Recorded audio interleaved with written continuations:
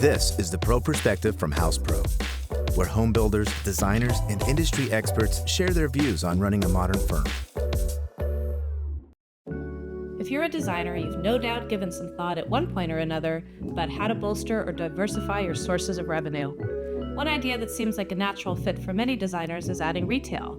That is, selling furnishings and decor to people who may or may not be interested in your design services. In today's episode of The Pro Perspective, my guest, Northern California designer Leyla Jaworski, who founded the boutique design firm Design Shop Interiors in 2013 and a furnishings and home goods store called The Shop in 2019, shares her experience and advice about opening a retail business. Hi, everyone. I'm Liza Hausman, and welcome to The Pro Perspective. I'm super excited to have Leyla Jaworski here with us today to talk about getting into the retail business. It's really a hot topic we hear all the time among designers who are working, primarily on an interior design business and thinking about, should we open a retail shop? So welcome, Leyla. Thank you for having me. So excited that you're here. So excited to talk about this. We've had a few conversations about this over the years, and I'm excited to kind of get an update from you and also just, share the wisdom of your experience over the years with other designers who are out My questionable life choices. Well, on that note, maybe you can just give us a little background on your life and how you got into this space in the first place. Okay, and I'll keep it high level. So we started as an interior design firm in 2013. I started this business from nothing at my kitchen table.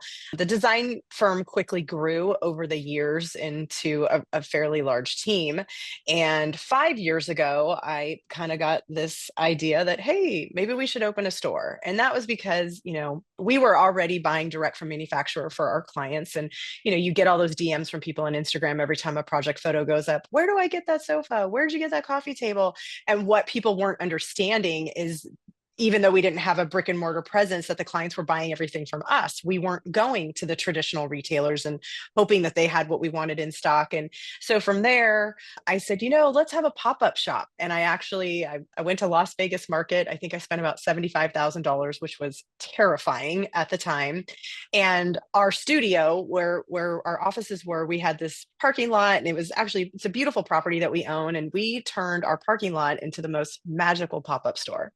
And, we just had our Instagram following, which was really a fraction of what it is now, and I don't have hundreds of thousands of followers by any stretch. But from that, I think we sold about $35,000 in 3 hours out of a parking lot. And people came dressed up with the hats. And, it was just this event. And my husband was kind of standing around going, whoa, like what? You guys did this just from your parking lot? Like it was a thing. And that was really the start of it, and said, okay, let's do this. We can make this work. And we went into it very conservatively. This was 2019.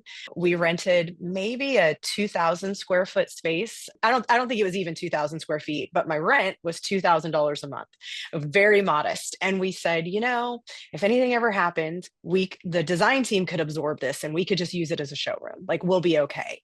And I think we only signed like a 2 or 3 year lease, and we did that. And the store was a great success. It was small, but we were a destination and people loved it. And 2 weeks from our 1 year anniversary, the COVID shutdown happened.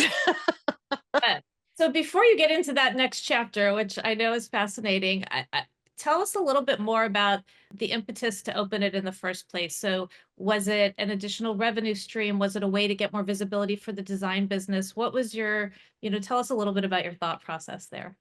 I think money was at the forefront. I think I saw the opportunity, again, getting all those DMs. Hey, where do I buy this? Where do I get this? And realizing, hey, there are people that want the things that we are putting into our projects that are never going to be design clients. What could that look like? And certainly when you have a big team, we owned the property, like I said, when you have a mortgage, when you have, support staff that are not designers earning money by the hour, when you have all of these different costs adding up, you're always thinking, how do I bring more money in? And could this be successful? Makes sense. All right, so transition, COVID hits to your little store. What happened? 2 weeks before our 1 year anniversary. And I just remember sobbing, literally just sobbing, thinking, this is the end of my business. Like, what is going to happen? And to my surprise, within days, we started. Oh, I should actually preface this with we are a unicorn in the real retail world. We do not do e-com. We do not ship anything. We are strictly brick and mortar. And I went into this saying, I'm going to be really good at brick and mortar. And that's, you have to be able to physically shop with us. So COVID hits. We're just this brick and mortar store that is closed down. And it just so happened that we had just had a new website built in the Shopify platform, which was to allow us to get our inventory online, not to purchase, but just so people could see, hey, what is the store about? What do they have? And with the quietness of COVID, our design team started working remote. I actually had time to sit down and to input all this data and do all these things. And all of a sudden, I'm getting DM'd on my Instagram from people who are, as we all know, we're sitting in our houses looking around going, well, I need to fix that. And I need this. And if I'm going to be stuck in my house, I want it to be pretty. And the DMs were, I need a pillow. I need a candle. And I worked for 3 weeks, 6 days a week, about 14 hours a day. And I got all of our inventory online. And then the pickup orders started rolling in. And it was just such a relief. It was like, oh my God, I went from canceling any pending order that we had to placing new orders. And in the 3 months that we were physically shut down, we brought in $70,000. And so we were paying our bills and doing that. And so it in that moment, after that first year in retail, that's where my thinking kind of started to shift as well into growth and looking further down the line. Makes sense. I know the COVID hit, right? I think everyone went through that panicky few months of not knowing what was going to happen. And, as we know, it turned out to be a bit of a boon for our industry as Correct. looked Yeah. around and realized they didn't like their space very much and they were stuck in it. And Um, not only was it about their houses, but I think there was a shift in thinking for supporting their local businesses too. Suddenly, everyone, especially the restaurants, we all knew everyone saw their community businesses suffering and they kind of really rallied and was like, how do we support that? And we were so grateful and so blessed by our community because they really showed up and they continued to show up after. And so I think, as frustrating as COVID was, that was a big benefit, is seeing that shift in thinking. I love hearing that. And I certainly remember doing everything we could to support the local businesses and right, get out and do what we could. And also just Yeah. businesses in general was such a focus for the community. I'm so glad that you benefited from that. So, one of the things I think I heard you say previously is that, in addition to bringing in extra money, you kind of get a little more street cred and visibility when you have a Mhm. retail store. Maybe talk a little bit about, the competitive advantage versus not having a store that you found when you opened. Yeah, suddenly you're visible to the community when you're a small designer working from home, or even a bigger team who has, a studio. You're still off the beaten path. Like, you're still kind of hidden. And we all know that as designers, like, first starting out, you're not dumping a ton of money into Google and Instagram and ads and all of that. Like, that's just money that's hard. So you're relying on word of mouth. And so what we realized is, hey, having this physical presence, friends are telling their friends, and, oh, you got to go see this store. And suddenly people are walking in that wanted to buy a pillow, and now they're building a multi-million-dollar home. And they're like, I didn't even know that you were here. And it just gave us a whole level of new visibility to people who may not have ever found us. It sounds wonderful. But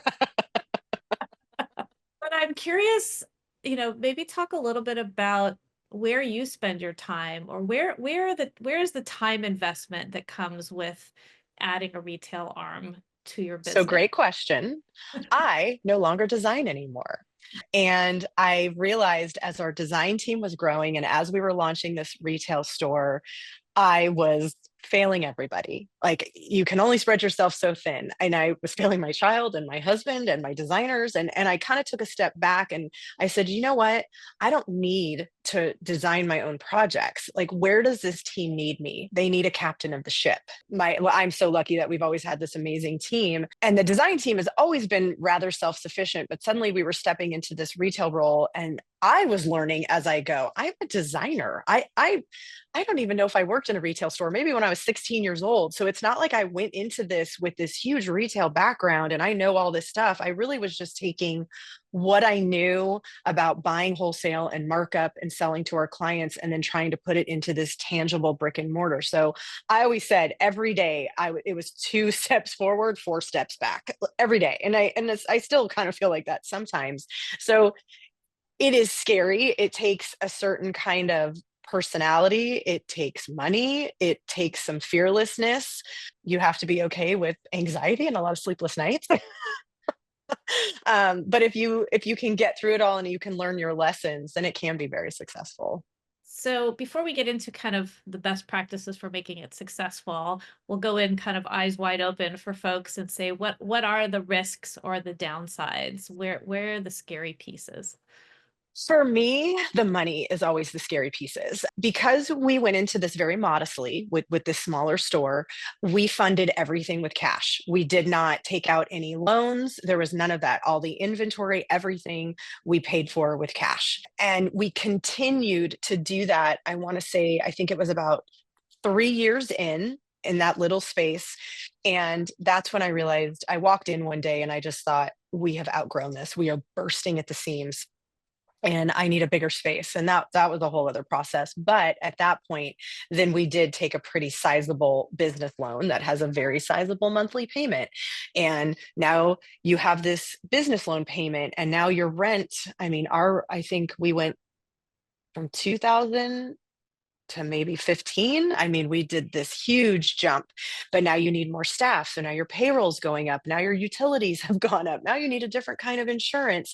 I mean, it just snowballs and snowballs. And so you have to be able to really sit down and say, what is this going to cost? What do we hope this is going to generate? I'm very fortunate that my husband has always handled the high level finances. So we have a full-time accounting manager. You will need that. You can't be the buyer and the manager and the design team and the accounting person. I mean, and the social media person, it just goes on and on. But we have a very high level CPA. I have a full-time accounting manager, and my husband does the higher level finances to work with them every day, because truly the money is my trigger. It is my point of stress.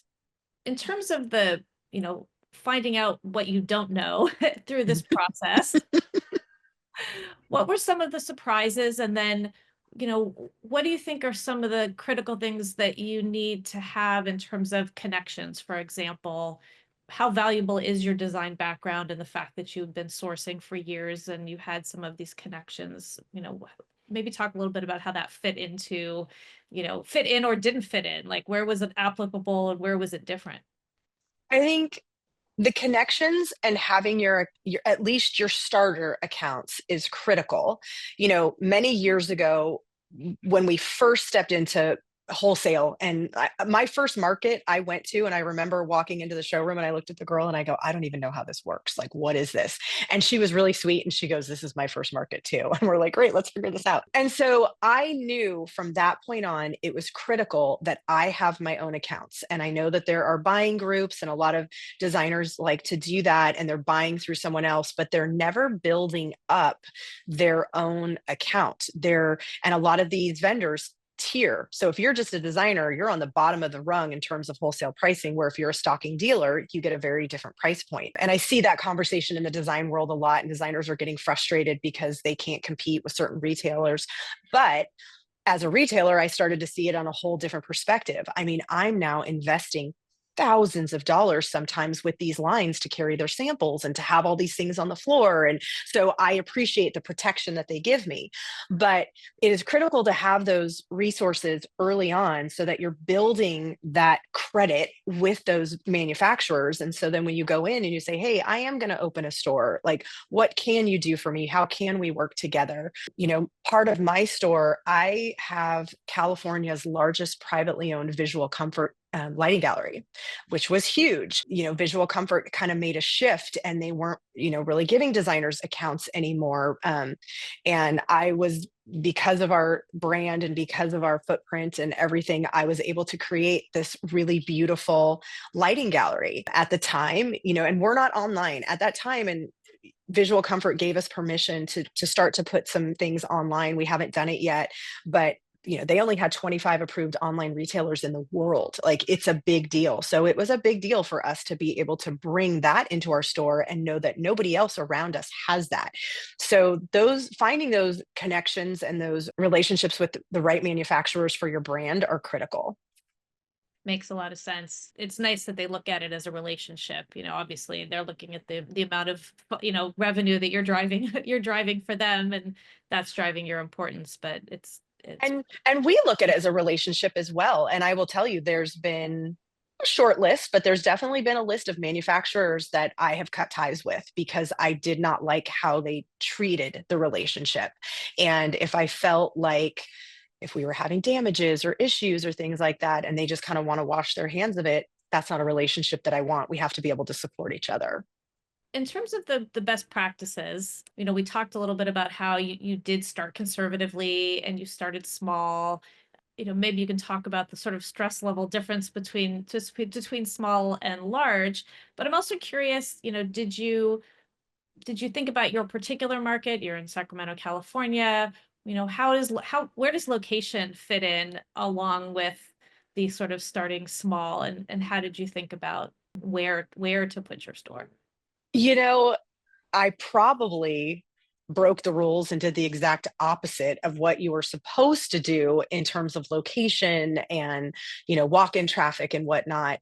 We actually took a retail space that was literally a few blocks away from our design studio in a very non-fancy, older shopping center. They had a space that worked for me. It was down the street. It was really affordable. I could turn it into what I wanted it to. And I said, we will be a destination. Would I have liked to have been in a bigger shopping center where people might just be walking in? Yeah. But we looked at a lot of those options. And in the end, I felt like, for my stress level and financially, and just dipping our toes into this, I was fine with being off the beaten path a little bit and knowing that my design firm and that part of my business could drive us to be a destination, because I was filling that store with things that you were never going to find anywhere else. I always said, hey, Home Goods is not my competition. You're going to go to Home Goods, you're going to go to Target for one thing.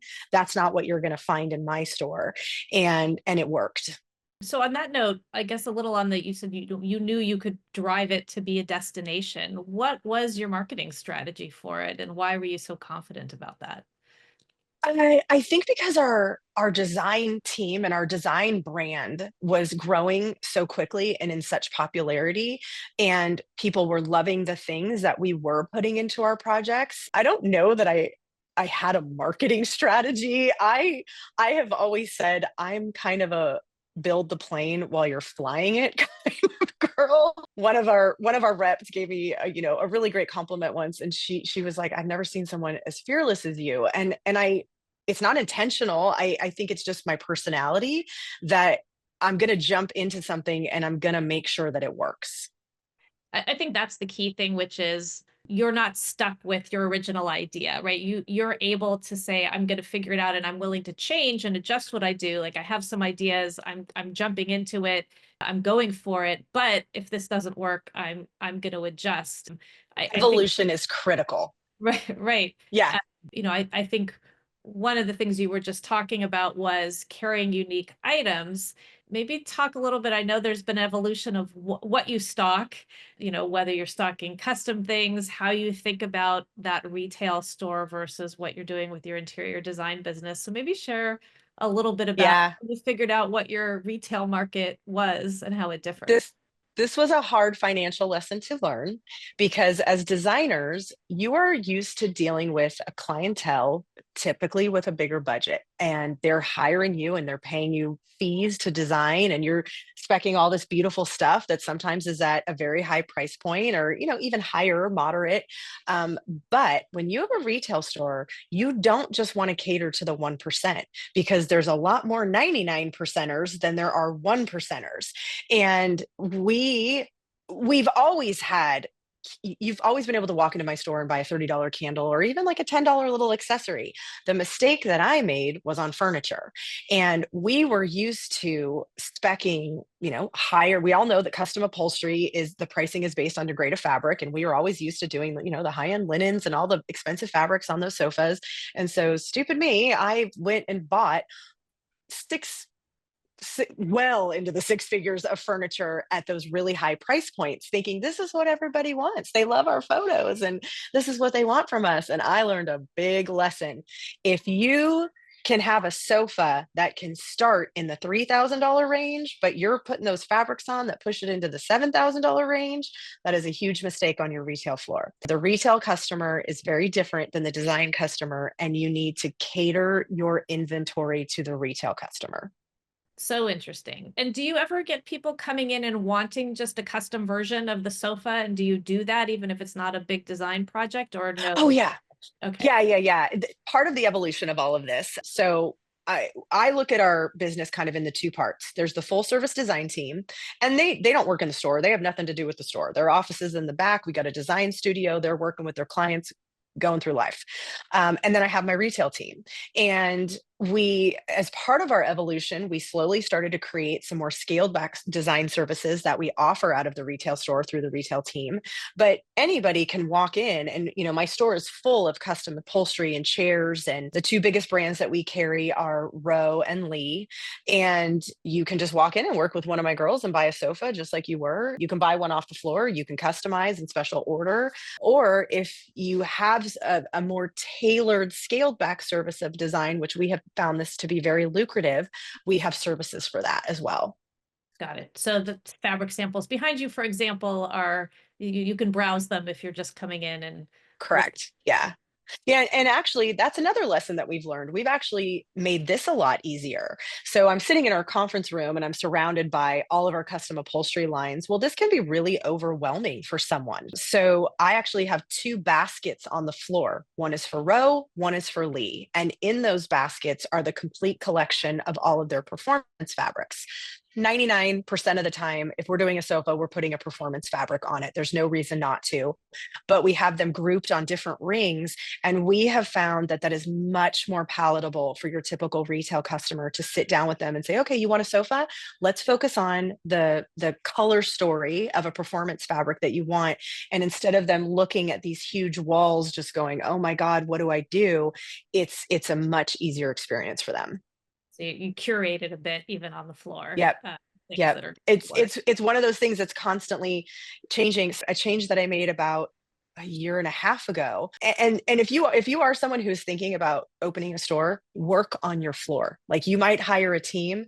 Every time I work on my floor, especially like a busy Saturday, I see the conversations that are having. I'm watching how people are shopping, and it's just constantly giving me ideas. Okay, we need to change this. Let me go back to that. But I realized, all of the sofas that we have on our floor come in a million different configurations and a million different fabrics. And I saw this lady looking at the sofa and I said, hey, can I answer any questions? And she goes, oh, I just really like this, but I need a sectional. And I'm like, well, it comes in like 8 different versions of a sectional. And it was this light bulb moment for me that people are not going to ask. If you don't prompt them with the information, they don't know what they don't know. So do I even ask the question? So we now have signage all over. Every sofa has a stand with a tear sheet box where they can quickly pull out, all the specs that the sofa comes in. We have the price list on the different grades of fabrics. So my team can quickly go, oh, you want a sectional? Yeah, let's talk about it. This is what we can do in that sofa. And that was a game changer. I love that you said you should work on the floor. I think that's brilliant, because you need to see where people are running into these challenges. And you're right. Folks don't know what they don't know. They're not going to ask. Like, if they see what they see it, they assume that's what it is. And if it doesn't matter how wonderful your team is, which mine is wonderful, you're the creator of your business. Nobody knows your business. Nobody knows your brand or your vision like you do. And I truly have accepted I am the visionary of this company. And it took me a long time to realize, because I look at something one way and I'm like, how's my team not seeing this? And to no fault of their own, they're not mind readers, but when you're the visionary of the company, you know what you want, and you need to be out there and make sure that your team knows what you want and you can speak to that. And it sounds like it's, it's a living business. So you're changing it all the time. You're listening to how the needs change or the questions that you get, and adjusting Yeah. all the time. And listen to your team. I try to do check-ins with them and say, hey, what are you seeing? What are people asking you? And they're coming to me with information, and I'm like, oh man, why didn't I think of that? How did we miss that? So do you want to just be in constant communication with the people who are dealing with your customers? So smart. So we talked a little bit about how you are, adjusting, and COVID forced you into e-commerce. But I know one of your pieces of advice was maybe don't go into e-commerce. So Well, it was e-commerce pickup. We weren't shipping. okay. We still do not ship. You know that my husband has a big background in the tech world, and he spent quite a bit of time going down this road and really looking into it. And in the end, we know that e-com can bankrupt you. And we also know too much about freight and damage and that whole thing. And we have just, there might come a day where, do we start shipping pillows? Do we ship something that can't break? Maybe, but for now we're focusing on brick and mortar. And how do you deal with returns, right? I mean, that's the reason, right? All of these companies don't sell retail, right? It's a beast. So how do you handle that? Our return policy, I think it is 7 to 10 days, and it's for store credit. And part of that is because every time something leaves my store, it doesn't come back in the same condition. Anything furniture and special order is final sale. Like if a piece of furniture leaves this place, it is not coming back. And the reason that we do the store credit the way that we do and not refunds is, a lot of our stuff is really delicate. It's pottery, it's things like that. And I know that people like to come in and just buy all the things and then take it home and decide, I don't want this and I'm going to bring it back. And it costs us a lot of money on the back end to process those returns, deal with potential damage, all of that. And so we just created a return policy that works for us, and it's worked for our customers. I don't have any complaints about it, but we are also very upfront from the get-go. We have a sign-off sheet that when they purchase something that is a no return, they're signing a document at the register. Everything is clear. Setting expectations is super important. Yep. Smart business practice. Well, you mentioned your husband, Scott, and folks may not know, but he had his own warehousing business that you guys took advantage of. It's why you know so much. And so you've really kind of seen the dirty behind the scenes, all the costs associated with warehousing, receiving, shipping. So maybe share a little bit about what you have learned there. It's an incredibly expensive endeavor. And if you're going to have a retail store, you have to think about, what does the shipping look like? You have to learn, what is a lift gate fee? What is a dock? What does moving palletized inventory around look like? And a store my size, we're now almost 20,000 square feet. So, we have inventory rolling in all the time.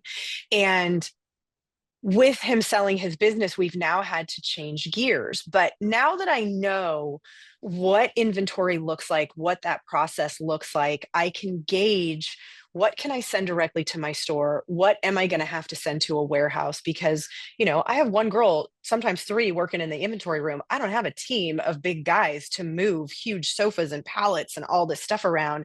So there's so much cost associated with just getting your inventory to you and storing it. You have to factor what that looks like for your business. And how, I guess, where are the hidden costs that show up with that piece of the business? What was the most surprising for you? Do you want to look at it post sale when he owned the business, or excuse me, Maybe pre-sale when both. he owned the business, or Maybe post? both. Yeah, maybe Okay. both, because most people won't have that in-house. So Yeah. Pre-sale, I'm I'm very lucky. Sometimes I'm placing an order from an accessory vendor that might come on 5 massive pallets. And I mean, just the size of these pallets is huge and the weight of them. And luckily, I was just sending them to a warehouse with a team of guys and a loading dock and a pallet jack, and they just whisk them off. And then when I'm ready, I can say to my husband, hey, bring me 2 of those 5. I'm not ready for all 5, bring me and slowly kind of get our inventory in. And I was lucky that I didn't have to pay for any of that. But when you do have to pay for that, you have to pay the receiving warehouse for every one of those pallets that comes in. You're going to have to pay a storage fee for as long as it sits there. And then you're going to have to pay a delivery fee for them to bring it to you. And every time they bring something to you, you're paying. So I don't have that luxury anymore of being like, oh, leave 3 behind and bring me this one. And I don't want that one, because it's cha-ching, cha-ching, cha-ching.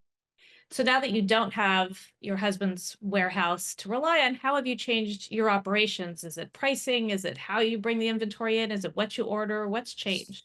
So we've put multiple steps in place. Number one, we are continuing to work with the new owners of Rightway. We've sat down with them and we've put, a whole pricing model together on the different sides of our business. So they will continue to service my design team on our design projects, just like normal, receiving, storing, doing our big installations. On the shop side, we now are doing a few different things.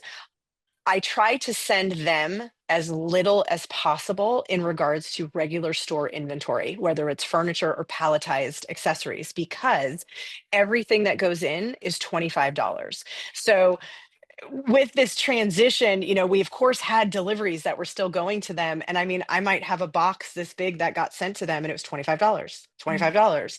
So we quickly started calling vendors and making sure that things were getting rerouted to the store. But we have a secondary warehouse in place now. And this warehouse is a very different business model than Rightway. They have 1 employee and it truly is just like a storage and receiving. They only charge me $1 for everything that comes in. We have an area that we pay rent on, like by the square foot that we're using. And we're obviously trying to put as little there as possible to keep that cost down. But, things like sofas and stuff like that have to go there. I can't have that sent here. And when it comes to like accessories, bedding, things like that, we are shipping as much as we can directly to the store. But I have to be very careful. And I'll give this example. We have a vendor who I had placed about a $30,000 order with, and there were a couple of big pieces of furniture on that order, but for the most part, it was accessories, benches, things like that. So Leyla, I want to cover a couple last best practices that I think it's important to share. The first, I think, is you're learning that charging for delivery and how you charge for delivery is critical path. So Yeah. maybe share some of your learnings there. Because we are a destination, we do have some people who are shopping from 3 hours away. And so, while we aren't e-com, we've always said you can purchase from us so long as you're within our delivery range. When we first opened up the store, we wanted to incentivize and we wanted to say, free delivery, we'll do that. And we did it for a long time, but the cost really started adding up. I mean, we all know the cost of fuel, everything, like even the big players are charging for delivery. You just have to. So we moved to a model where we were charging for delivery. And once we started doing that, we found that a lot of people just wanted to pick up their furniture. The challenge to that is I am not insured for my girls to load trucks. So, we are very clear with people when they say, hey, we just want to pick it up. Great. You have to bring a vehicle that's safe to transport it. You have to wrap it yourself and you have to bring people who can load it. We'll get it to the door and then it's on you. But I can't have one of my girls trying to load a sofa in the back of somebody's truck. And we have sign-offs and everything, like there's documentation. As soon as they're taking it with him, you're acknowledging it's in great condition. If it falls out of your truck, that's on you. So there's multiple things that you have to think about in that respect, and just be prepared for people who don't listen and who, we've had 80-year-old men show up by themselves to load, a very heavy coffee table. And if I'm here, if my husband's here, we'll naturally help, but it can be frustrating. Got it. Well, that's a crazy story. I was going to ask if there are any particular crazy retail stories that you wanted to share. Not really. I mean, I certainly sometimes people do things that kind of blow your mind. We had somebody picked up a piece. It was a 10-foot long, unfinished, like raw wood pine console. And the day they picked it up was hailing and downpouring, and it was just wild weather. And I literally, like, half of this thing was sticking out the back of their SUV. And we actually snapped a photo of it. And my girls know, like, CYA. So he puts it in his car, and we were like, "Are you sure about this?" And he didn't latch his SUV. And so we're watching him pull out, and I'm watching this piece of furniture just get completely rained on. And sure enough, about 2 weeks later, I got an email from the wife complaining about like water stains, and that the piece was leaking water. And I was able to reference, my experience and what happened and say, of course it was wet.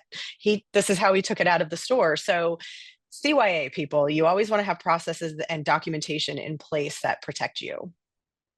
Makes sense for you, and definitely makes sense to, spend a few dollars here to save a lot more down the road. Yes. Those are crazy. In terms of the vendors that you work with, you're obviously not working with every vendor. You've chosen them in a thoughtful way. I guess how, and we talked about you treat those relationships as partnerships and things that you invest and feed. What makes a good vendor for you in the retail side of the business? A good rep on the ground is number one. I will say when you have a great rep, you establish that rapport and you establish that relationship, and they do right by you, and you want to give them your business. And you don't want to have so many vendors that you dilute your buying power. Like I said, we have two main upholstery manufacturers on the floor. We have a few more for specialized pieces, but manufacturers don't want to see that you're buying from everybody under the sun, because then it means that you're not buying from them as much. So keeping your buying power centralized is great. Having that wonderful relationship with a good rep, and then just knowing the company philosophy. I'll use the example of Roe. We've worked with them for years, and Bobby, who's the vice president, or now he's the president, he's just wonderful. The whole company is wonderful. When we go to High Point, we just enjoy being there, and they treat us well. They always do right by our customers. It makes me want to give them business. So just, yeah, good client service at the end. Mm-hmm. The Yep. rep, the company policies are all a big deal. Yeah, Uh, the flip side to that, I won't name the company. It was not an upholstery company. It was more just case goods, but we were having issue after issue, and I sat down with the leadership of the company with my husband at market, and within 5 minutes I could tell that the toxic aspects of that company was coming from the top. And I literally just looked at them in the meeting and I said, "This conversation's done. I'll never spend a dollar with you again, and I want nothing to do with your company." wow. And Yep. that's a bold thing to say, right? It's one thing just to like, quietly leave and not buy Yep. anything from them, but it's Nope. good for you. Yeah. So these are the companies, you get the majority of your product from. I know, kind of on a last note, I wanted to ask about the unique items that you stock and how that plays into your assortment on the floor, and kind of, what you've learned listening to the floor and your marketing strategy. So curious, how you're thinking about how you're standing out on that front. Well, I just got back from Round Top. My husband and I went for almost 2 weeks. Round Top is a big buying trip for us. We've gone for years. April 12th is our Round Top drop. This is actually the first time we've ever taken everything from Round Top at one time and put it on the floor, partly because I used to have a warehouse that I could drop and now I don't.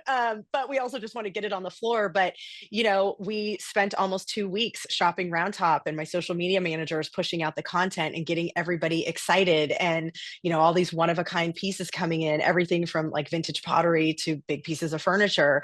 So it's constantly just trying to tap into that kind of thing. What can I get people excited about? What can I bring into the store that they're not going to get somewhere else? And even if that Round Top trip is getting them into the store, they might not be in the market for furniture, but maybe they'll just leave with a $30 candle. And anybody who spends $1 here, we're grateful for. So it all matters. Oh, and those unique items at least get them in, right? And Mhm. like the traffic and get people I to. I love seeing people just walk our store and just the looks on their faces, and I talk to them on the floor and they're like, "Oh my god, this is amazing and this is beautiful and this is nothing like this around," and that's the biggest compliment I could get. And we have people who come in here and they just like, I know they, like they say, it's their happy place. They might not be spending money that day. I don't care. Okay, happy place. Their energy is here and they're enjoying the space, and I love that. That's really wonderful. And I think during COVID, right, that sort of retail took a hit. And so you're doing a lot to bring that back in many ways and give people that tactile experience that was kind of missing for a And we're bracing for a potential another hit with all the the tariffs tariff. are it's a whole I new world. We'll have a follow-up when we see Yeah. what comes. I think it's a little too early to know Yeah. exactly how that's gonna Yeah. impact. I know, you see all the news stories about the people shipping stuff in as quickly as possible before the tariffs hit. So Yep. no, I wish you all the best and positive outcomes in light of You all this. know, I think if we could make it through COVID when it took a year to get a custom sofa, we can make it through anything. This isn't, it's not keeping me up at night. I'm not freaking out. I do believe it's going to level out. It'll work out. It'll be a blip in the road like COVID was, and retail will be fine. I truly believe in brick and mortar. And I've said this to people, especially women in the home space. They want to see it, they want to touch it, they want to feel it. And when people say retail is, brick and mortar's dying, I don't believe it ever will in the home space. People want to sit on that sofa. They want to be able to bring their husband in and make sure he likes that chair. So I feel very strongly that the brick and mortar in the home space will always prevail. I agree with you because it's not like you just ship the thing back if it doesn't work, right? I mean, Yep. it is a big production, so 100%, especially for those, furnishings. I agree. It's so tactile, and what you see online often looks so different than what you see in person. It's wonderful. And again, like I said, just seeing the fabric samples, you just want to get Yeah. in and touch and feel and see what the fabrics are like. And I'm sure that everyone that comes into the store is just delighted with what they find. Yes. We're very fortunate. Super. Well, Leyla, thank you so much for sharing these best practices, these insights. Again, I know it's always on the mind for interior designers about how they're going to expand their revenue, right? Can they grow their client base? Do they need to move into different revenue streams? It's an important strategic question, and it's incredibly generous and valuable that you spent your time with us today. So thank you. Thank you for having me. And yeah, and if people have questions, you can always DM us on Instagram. I try to do my best. People offer to pay me to consult, and I'm like, I'm not there yet. My Good husband said time. that's my post-retirement strategy. So we'll see. It's probably a pretty good one. Yeah. Yeah. Round top tours, how to shop round top, and how to open a store. Well, we'll talk about that when you get there. So Thank you. Thank you. Well, hopefully I'll see you soon and maybe at market or yes, something. definitely market. Thank you, Leyla. Have a great day. You too. Bye-bye. This series is brought to you by House Pro. To learn more about our best-in-class software for winning clients, managing projects, and simplifying your workflow, visit house.com/pro.